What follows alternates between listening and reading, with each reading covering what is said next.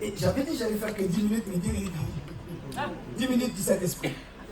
Là, j'ai l'impression, j'entends clairement, mais Seigneur, des hommes et des femmes qui se réunissent entre eux, qui disent, Erika, on t'a vu un peu dans les photos là-bas.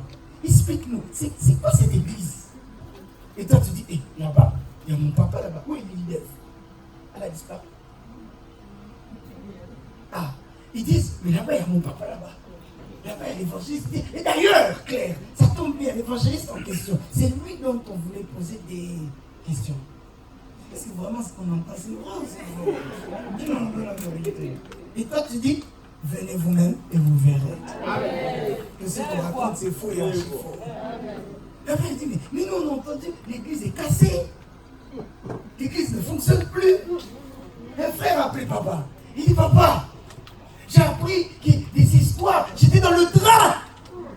Papa, ça m'a fait mal au cœur. Les gens qui parlaient dans le train. Tu sais, quand tu entends une conversation, mais tu fais comme si tu n'entends pas. Et les deux parlent. Oh, mais c'est l'église. Il y a des problèmes. Oui, les filles, dans ce sont les deux. Il y a des histoires. Et l'autre pose la question. Oh, quelle église encore? L'autre il dit, l'église à la gare de Sevran. Il dit, quel Sevran? Il y a deux Sevran. Sevran livré, Sevran Bédot. Et l'autre dit, Sevran Bédot. Oh mon Dieu. Il dit, Sevran Bédot en face de la gare là. Et l'autre dit, oh, mais cette église, elle est cassée en deux. En français même, ça sonne bien. Dans d'autres langues, je t'assure que ça fait mal au cœur. Et maintenant, le frère qui prie chez nous, hein, il dit, écoutez, le frère, je crois, hein, ce qu'il raconte. Moi, j'aime bien les scénarios, vous connaissez. Je crois que le frère a pris le train comme si, on va dire, à Villepinte, ici, là, au parc des expositions. Il devait descendre au Bourget. Mais comme la conversation concernait son église, il a dit, jusqu'où ils vont aller, moi aussi je vais aller. Amen. Amen. Le fou, il dit, et à la fin, à Gare du Nord, quand les deux frères, les deux messieurs, ils descendent, ils disent, ah bon, de toute façon, les églises commencent, on connaît comment ça se passe à Paris. Quand ils commencent bien, ils finissent jamais bien. Ils commencent bien. Après, arrivé à un certain moment, ils se cassent en deux. Mais ça, c'est pas l'histoire de la paix d'éternel. Amen. Amen. Je n'aime pas. Amen. Amen, on dirait que tu dors. Au moins un amen de 3 h de l'après-midi. Le frère, il a dit ça. Papa, ça m'a fait mal. Notre église, papa. Papa lui a dit, viens toi-même dimanche. Tu verras que l'onction d'avant n'est rien par rapport à l'onction de Jean. Amen. Amen, pas amen. Alors j'aimerais dire à toute personne qui entend ma voix qu'il y a comme un travail de rafraîchissement. Je vais plus loin dans ma pensée. Ne te dis pas que ce travail de rafraîchissement se termine aux 4 murs. C'est-à-dire que Dieu est en train d'envoyer de nouvelles personnes au milieu de nous et d'autres parties. Non, ce n'est pas seulement ça. C'est ça, mais ce n'est pas seulement que ça. Ça veut dire que si tu es membre, actif, effectif, enfant, je pèse mes mots, de cette maison, tout ce qui se passe dans cette maison aura aussi des répercussions dans ta vie. Amen. Dis-moi un amen, je vais prophétiser. Amen. Dis-moi un plus fort amen que ça. Amen. Ce nouveau parfum atteigne aussi ta vie spirituelle. Que ce nouveau parfum atteigne aussi ta vie professionnelle. Que ce nouveau parfum atteigne aussi un nouveau foyer pour toi. Je te vois déménager d'un petit appartement et d'aller dans un pavillon. Toi qui avais déjà acheté un pavillon, je te vois acheter d'autres pavillons. Je dis que je te vois acheter d'autres pavillons. Que Dieu te donne une villa au bord de la mer Méditerranée. Ton amen, on dirait que tu veux pas. J'ai dit que Dieu te donne une villa au bord de la mer Méditerranée. Dans un pays dans lequel tu n'es jamais allé. Qu'on t'appelle, qu'on te dise, monsieur, madame, nous avons un bail pour toi. Un jour, j'irai prêcher comme ça en Angola. Et je sais que quand je prêcherai comme ça en Angola, toute l'église se mettra debout. Est-ce qu'on peut prêcher comme si j'étais en Angola?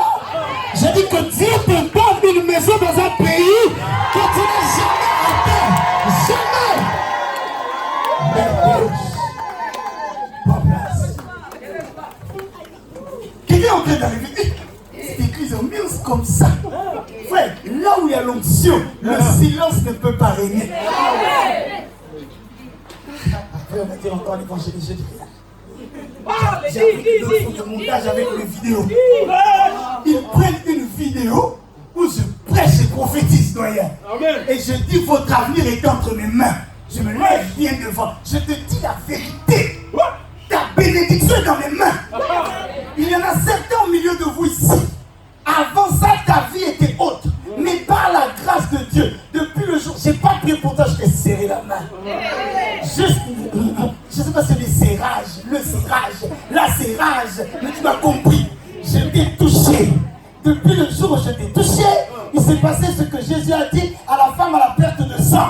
10 minutes, ça passe vite. J'ai senti une force. Sortez de moi. J'ai dit, j'ai senti une force. Sortez de moi. Sortez de moi. Et d'un coup de sol, la perte de sang. D'un coup de sol, la perte de sang que tu avais, elle s'arrête. Lundi, j'ai dit aux jeunes, ça m'a rendu encore plus détif. Je prêcherai encore sérieusement. Je prophétiserai encore sérieusement. Et des miracles s'accompliront encore sérieusement. Maman, on en était à la construction. Répète la construction. Tu es en train de nous restaurer, nous rafraîchir. Tu es en train de prendre la même chose, mais il est en train de lui donner une nouvelle forme. J'ai ce verset qui monte dans mon cœur, où on parle de l'image, la métaphore du potier et de la boue. Alors peut-être que ça a l'air insignifiant, mais le potier est en train de nous modeler. Et comme j'aime bien dire à tous les jeunes, donnez-nous un peu de temps. Donnez-nous un peu de temps. Que Dieu nous façonne comme il veut. C'est ce que j'aime pas avec le monde. Le monde est trop pressé. Dieu n'a même pas encore fini de nous former comme il faut. Tu parles déjà trop là. Attends que Dieu nous forme comme il faut. J'ai dit lundi aux jeunes. On dirait lundi, maman, ça aurait dû être toute l'église qui vient. Hein? J'ai dit lundi aux jeunes. Je n'ai même pas encore commencé à ressusciter des morts. C'est ça. Et les gens parlent comme ça. Doyen, le jour où un mort vient, je dis, où est-ce que vous l'avez mis? Ôtez la pierre. Lazare. Je dis, où est-ce que vous l'avez mis? Ôtez la pierre. Lazare. Imagine-toi un jour, tu m'invites à un deuil de ton oncle. Tu m'invites à un deuil de ta tante. Vous connaissez comment ça se passe dans nos deuils, hein? Il y en a qui pleurent avec une classe. Il y en a qui, quand ils pleurent, ils pleurent. Mais si tu n'as pas envie de pleurer, Marlène, tu vas pleurer. T'imagines, l'évangéliste arrive. Jésus était simple, donc sans col pastoral. Je viens avec ma chemise comme ça. Et toi, tu vas dire à tout le monde, l'évangéliste arrive. J'en dis, l'évangéliste, c'est quoi cette affaire? Ils s'attendent à voir quelqu'un qui fait 1m95, qui a un gros ventre et qui est je ne sais comment. Ils voient terrastement. Non, je vais chasse l'esprit des... Ils voient un jeune homme court de taille, mais beau de figure. Court de taille, mais beau par l'onction. Il est tout simple, il vient avec jean basket. Il vient, il vous parle avec votre... Où est-ce que vous l'avez mis? Et il dit au médecin, sortez. Quelle autorité. Et sur le lit d'hôpital, sur le lit même de la mort, il dit, Madame Jacqueline, lève-toi. Et marche. Comme ça. Mais là, c'est le Parisien qui viendra me filmer. Là, c'est BFM qui viendra me filmer. Ils diront, mais monsieur, comment est-ce que vous ressuscitez les morts? Je te donne déjà ma réponse. Moi, je m'entraîne. Hein. Je m'entraîne déjà, je vois les micros. Je m'entraîne. Je leur dirai, mes chers messieurs, mesdames, françaises, français, ce n'est pas l'évangéliste qui guérit les malades. Ce n'est pas l'évangéliste qui ressuscite les morts. Mais c'est le Dieu de l'évangéliste. Ok, regardez un construire. Mais selon la parole de Dieu, ce qu'il faut pour bien construire, c'est la sagesse. Amen. Ton Ton amen, j'aime pas. Amen. Mes filles, aidez-moi. J'ai 2 exemples après quoi nous allons prier. Exode chapitre 36, s'il vous plaît. Verset 1 à 2. Denis Samuel, s'il te plaît, lis-moi ça, ma fille. Et Zoé, tu prépares Exode chapitre 17. Exode 36, frères et sœurs, c'est pour la première fois que dans la parole de Dieu, le mot sagesse, que tu peux remplacer par intelligence, c'est pour la première fois qu'il est prononcé. Alors, je viens de vous dire ceci, qu'en théologie, il y a une loi qu'on appelle la loi de la première mention. C'est-à-dire, pour la première fois qu'on prononce un terme biblique, ce terme-là va définir toutes les autres fois la manière dont on doit utiliser ce terme. Vous me suivez? Amen. Même à 3 h du matin, on peut toujours apprendre. Ça devient le cours de vendredi, les cours bibliques, on fait ça maintenant la nuit. Hein? Oui. Amen ou pas amen? Amen. Donc c'est la première fois que le mot sagesse, dans certaines versions, ou le mot intelligence est prononcé. Vas-y, ma fille. La Bible déclare, Exode 36. Exode 36, versets 1 à 2. Oui. Bezalel, Oholiab et tous les hommes habiles en qui l'Éternel avait mis de la sagesse. En qui, j'aime ta version, en qui l'Éternel avait mis de la Sagesse. tous ensemble. En qui l'Éternel avait mis de la Sagesse. En qui l'Éternel a mis de la sagesse. Vas-y. Et de l'intelligence pour savoir et pour faire, exécuter les ouvrages destinés au service du sanctuaire, Oui. selon tout ce que l'Éternel avait ordonné. Oui. Moïse appela Bezalel, Moïse appela Bezalel. Oholiab et tous les hommes habiles dans l'esprit, Ah. auxquels l'Éternel avait mis de l'intelligence, tous ceux dont le cœur était disposé à s'appliquer à l'œuvre pour l'exécuter. Parole du Seigneur. Amen. Je vous disais tantôt que c'est la première fois que le mot sagesse est employé dans les Écritures. Qui dit Amen. Amen. Pour aller rapidement, Israël, frères et sœurs, est déjà sorti de l'Égypte sous la main de Pharaon. J'avance vite. Et ils arrivent dans le désert. Et Dieu dit, il faut un endroit où je vais habiter. Parce qu'à l'époque, frères et sœurs, c'est pas comme aujourd'hui où Dieu n'habite pas dans un bâtiment, Dieu habite dans ton cœur. Oh oh. Amen. Ça veut dire que tu es dans le train, Dieu est là. Tu es dans le bus, Dieu est là. Tu es dans ta maison, Dieu est là. Tu es au travail, Dieu est là. Ton amen, j'aime pas. Amen. Et du coup, mais à l'époque, ça ne se passait pas comme ça. Dieu devait avoir une maison, un temple, une église. Tu peux représenter par exemple la nôtre. Et Dieu donne le plan, allez lire, chapitre 34, 36, jusqu'à 36. Dieu donne le plan à son serviteur Moïse.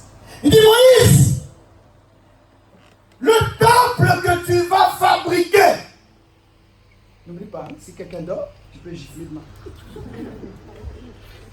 Le temple que tu vas fabriquer, il fera autant de hauteur, autant de largeur, autant de profondeur, autant.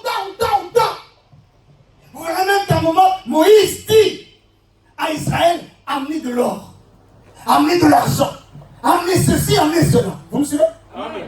Amen ou pas amen? Amen. Tiens, une force, ça va réveiller ton voisin. Amen. Dieu parle ainsi. Et à un moment où Moïse peut-être se posait la question, comment est-ce qu'on va fabriquer, comment est-ce qu'on va construire le temple? On arrive au chapitre 36 d'Exode, où, comme Denise vient de dire, Dieu a choisi Bezalel, Oholiab et d'autres serviteurs en qui il a placé l'habilité et la sagesse pour construire. Vous me suivez?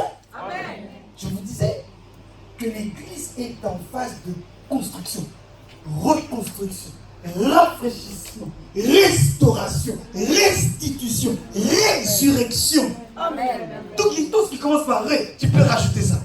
Révélation. Amen. My God. Oh my God. Les prédications comme ça, il faut les dimanches. C'est maintenant, révélez aussi, maman, merci. Et maintenant, frères et sœurs, à ce moment-là, Dieu dit, j'ai choisi choisi Bezalel, Oliab et d'autres personnes en qui j'ai placé la sagesse et l'habilité pour bâtir. Frères et sœurs, je vous disais que pour la première fois, on entend le mot sagesse. Mais vous verrez que ce mot sagesse, j'avance, est relié directement à bâtir, à construire. Et de Genèse, du moins de Exode, jusqu'à Apocalypse, vous verrez, je vous l'ai déjà dit, qu'à chaque fois que le mot sagesse sera utilisé, il est toujours utilisé avec construire, avec bâtir. Vous verrez dans Proverbe 14, si ma mémoire ne me fait pas défaut, on dira la femme sage bâtit sa maison. Vous m'entendez? Amen. Et il est écrit l'insensé. Ma version, moi, dit même la femme la détruit de ses propres mains. Proverbe chapitre 9, si ma mémoire encore une fois me fait un défaut, dira la sagesse construit sa maison. À chaque fois, frères et sœurs, que le mot sage, sagesse, intelligence est prononcé dans la Bible, on parle de la construction. Amen. N'est-ce pas qu'à l'appel de l'Éternel, ces derniers temps, nous parlons de la construction? Amen. Alors je parle à la paix. Je vous dis, frères et sœurs, si nous voulons construire notre église, nous avons besoin de la sagesse. Amen. Je n'ai pas dit détruire. J'ai dit bâtir. Nous voulons des hommes bâtisseurs, des femmes bâtisseurs, qui viennent pour construire, pas pour détruire. Je suis obligé de te dire, même si j'ai dit j'en parlerai plus, mais je suis obligé de te dire, tu peux, parfois tu détruis, mais pas que avec tes mains, avec tes paroles, avec tes murmures, avec tes calomnies, avec tes polémiques, avec le fait que tu relais des mauvaises et fausses informations. Mon fils, tu ne bâtis pas, tu détruis. Lorsque tu propages des mauvaises informations qui viennent pour heurter, qui viennent pour choquer, qui viennent pour briser les cœurs, tu ne construis pas, tu détruis. Pose la question à ton voisin. Toi, tu construis ou tu détruis? Oh, pose la question. Toi, tu construis ou tu bâtis? Pardon, tu construis ou tu détruis? Prends l'habitude, hein? Qui m'entend? Amen. Oh, qui m'entend? Amen. Si vraiment tu es enfant de cette maison, quand quelqu'un commence à t'appeler, en plus, vous connaissez très bien, il y a appel et appel. Oh, dis la vérité. Amen. Tu sais, maman, les gens pensent que nous, on vit au ciel. Donc, comme si nous, on n'a pas WhatsApp. Comme si nous, on n'a pas Facebook. Moi aussi, écoutez bien, moi aussi, j'en ai de Facebook, hein. J'ai tout comme toi. Tout ce que toi tu vois, moi aussi je vois. Oui. Mon frère, tout ce que tu vois, moi aussi je vois. Si je résiste, tu dois résister. Vous m'entendez? Donc vous savez très bien, il y a appel et appel. Quand tu vois grâce, quelqu'un t'appelle. Attends! Toi, ton appel là. Je monte un peu. Tu m'appelles pour bâtir ou pour détruire? Non, moi ni l'un ni l'autre, j'appelle pour dire la vérité. Ça fait pas partie des options que je t'ai posées dans ma question. Tu bâtis ou tu détruis? Madame, monsieur, donne ton identification. Bon. Identifie ta personnalité. Identifie ton projet. Tu construis ou tu détruis. Et tu sais quand c'est comme ça, quand tu vois la personne, quand c'était pour critiquer, tu parlais clair. Continue à parler aussi clair. Enfin, il y a des choses qu'il faut parler avec autorité. Tes oreilles ne sont pas des poubelles, hein? Oh. Vos oreilles ne sont pas des poubelles. Ne laissez pas tout et n'importe quoi rentrer dans vos oreilles. Amen. Tu vois quelqu'un qui commence à aller à gauche, droite, stop! Monsieur, madame, tu bâtis ou tu détruis? Ne te dis pas, Non, parce que c'est l'église. En ce moment, on traverse des moments particuliers. Donc non, je ne parle pas que de ça. Je vous ai dit que tout ce qui se passe à l'église doit avoir une répercussion dans ta vie.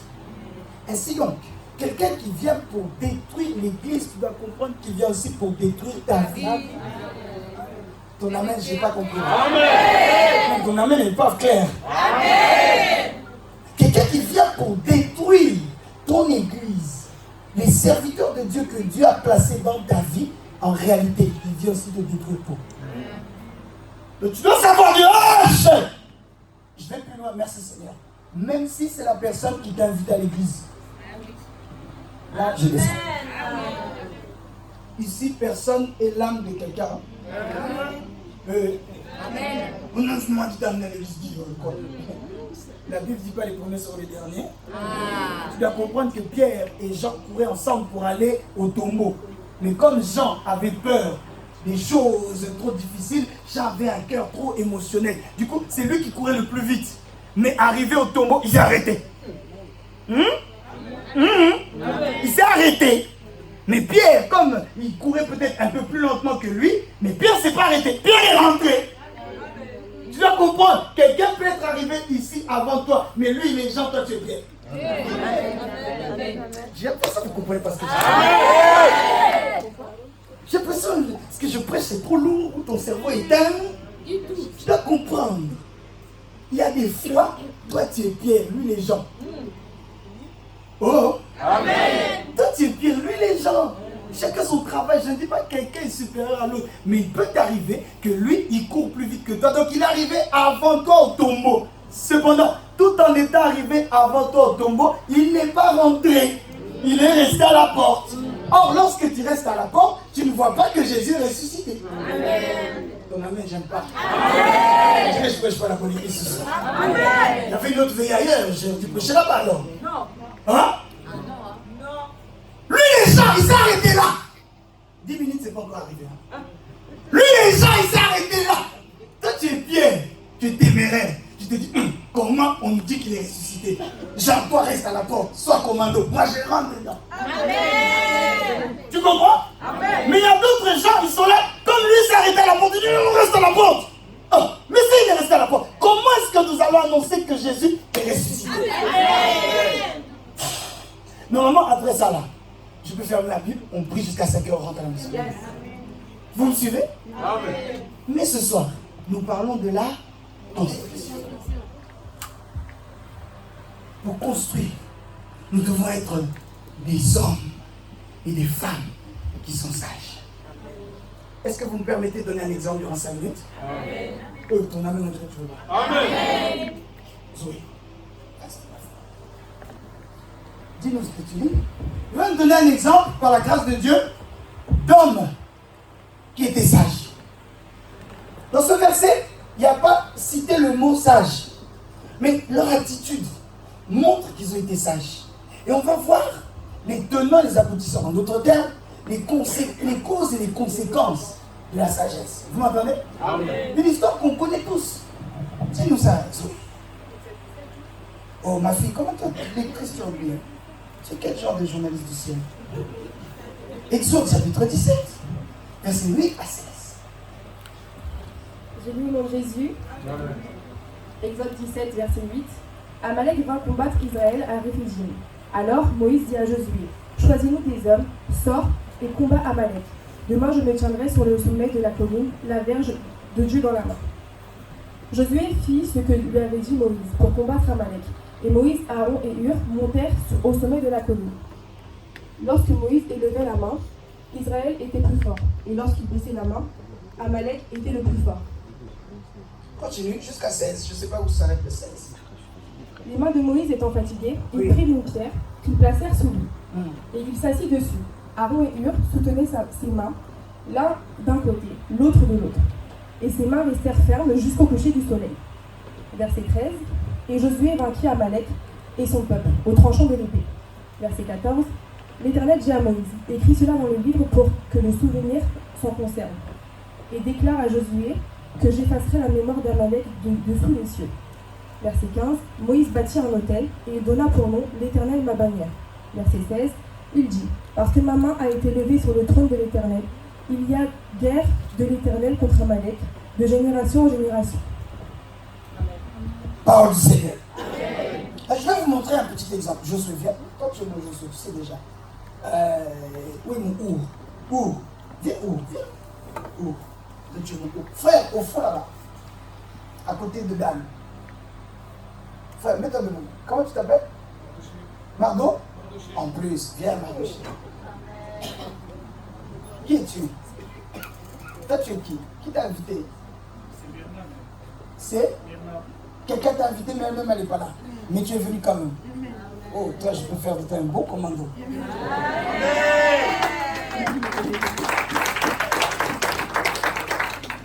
On peut s'approcher un peu tous ensemble là-bas, les frères, s'il vous plaît. Ok. Toi, tu es Josué. Va sur le plan, le champ de bataille. Vous m'entendez? Israël, encore une fois, frères et sœurs, est en guerre. Une histoire qu'on connaît normalement nous tous. Mais vous verrez qu'il est écrit qu'Israël étant en guerre, ils se sont fait cette fois-ci attaquer, ou ils étaient sur le point de se faire attaquer par un peuple qui s'appelle les Amalécites. Leur roi s'appelait Amalek. Vous m'entendez? Israël, depuis jusqu'aujourd'hui, est toujours attaqué par ses ennemis proches. Amen. Et le verset que la sœur vient de nous lire, Dieu parle à Moïse et il dit, Moïse, tu es sur le point de te faire attaquer. Alors, Dieu dit à Moïse de dire à Josué, par la grâce c'est moi Moïse, de dire Josué, choisis des hommes forts et sors contre Amalek. Et moi je serai au sommet de la vallée. Vous m'entendez? Amen. Et la Bible nous montre clairement que lorsque Moïse, que je suis, a les mains levées, ils sont là-bas, Amalek, c'est pas moi. Tourne. Lorsque j'ai les mains levées, Moïse a les mains levées, pardon. Josué est vainqueur, tu es vainqueur. Bats-toi, tu es vainqueur. Bats-toi, tape-les. Allez, coup les têtes. Josué est vainqueur. Qui me suit? Mais lorsque j'ai les bras baissés, Josué perd la bataille. Josué perd vraiment quoi? Par terre. Comme on dit, par terre. Vous entendez? Nous sommes au sommet de la montagne. Et à partir d'un moment, comme Aaron est en train de le dire là tout de suite, Aaron et Our ont remarqué que lorsque j'ai les mains levées, Josué gagne. Mais lorsque j'ai les mains baissées, Josué perd. Donc Aaron et Our, frères et sœurs, ont fait preuve de sagesse et d'intelligence. Il faut être sage et intelligent pour remarquer que lorsque moi, Moïse, la Bible ne dit pas que c'est Moïse qui a remarqué, mais la Bible dit Aaron et Our. C'est eux qui ont remarqué que lorsque mes mains sont levées, je se gagne. Quand ils sont baissés, je se perds. Il faut être sage et intelligent pour faire ceci. Leur sagesse et leur intelligence ne s'est pas arrêtée là. Étant donné qu'ils ont analysé cela. Déjà, permettez-moi d'aller plus loin par rapport à l'analyse. Lorsque Josué est en train de mourir, vous me suivez? Est en train de perdre. C'est-à-dire, il y a des hommes de l'armée d'Israël qui sont en train de mourir. Vous l'avez vu, il était la tête baissée, face contre sol. C'est-à-dire, Amalek venait, et vous savez comment ça se passe dans la guerre, si tu ne me tues pas, c'est moi qui te tue. Donc, lorsqu'il est là, face contre terre, dites-vous que les Amalécites viennent, taille. Et la guerre, frères et sœurs, ce n'est pas un film. Ce ne sont pas des jeux vidéo. On n'a pas de vie, on n'en a qu'une seule. C'est-à-dire, lorsqu'il meurt, il ne va pas renaître. Il est mort, c'est terminé. Qui m'entend? Il y a du sang, il y a des cris. Mais eux, Aaron et Our, malgré le sang et les cris, ils ont été assez sages, assez intelligents pour voir que, comment lorsque le vieux a les mains levées, on gagne. Mais quand le vieux a les mains baissées, on perd, c'est la sagesse, c'est l'intelligence. Amen.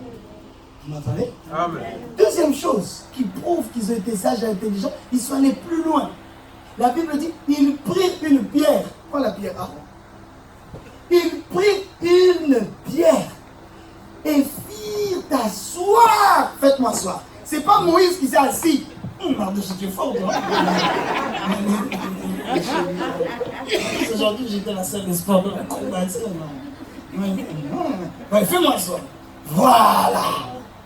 Il me faut asseoir. Pourquoi? La Bible dit qu'ils ont remarqué que Moïse était faible, affaibli. Vous me suivez? Amen. Oh, on lit la même Bible ou pas? Amen. Il était affaibli. Ils l'ont fait asseoir. Et après, chacun d'entre eux a pris les bras de Moïse et ils l'ont soutenu. Amen. Pour dire, si nous voulons qu'Israël gagne, ce n'est pas la force de Josué, même s'il est polonais. C'est pas ça qui va faire qu'Israël va gagner. Mais c'est le fait que notre Moïse ait les mains levées au ciel. Amen. Vous me suivez? Mais pour qu'ils fassent tous ces calculs, pour qu'ils analysent tout ça, frères et sœurs, il leur fallait la sagesse. Nous voulons une église où il y aura des hommes et des femmes qui sont sages. Pour analyser que, oh, comment nous perdons la bataille parce que Moïse est fatigué. Mais lorsqu'il est en forme, les mains sont levées de manière ferme en l'air, nous gagnons. Je termine en disant ceci. En réalité, la bataille n'a pas été gagnée par la force ou la stratégie de Josué. La bataille n'a même pas été gagnée, permettez-moi l'expression, à cause de l'onction de Moïse. Parce que même si Moïse était oint, mais si tu es oint et faible, tu n'es rien. Oh oh. Amen. Mais Moïse, seul ne pouvait pas. Il fallait qu'il y ait des hommes sages, comme Aaron et Our. Je répète et conclue en disant ceci. Moïse n'a pas construit la victoire d'Israël. Josué non plus. C'est la sagesse d'Aaron et Our qui a construit la victoire d'Israël. Amen. J'ai fini ce que j'avais à dire.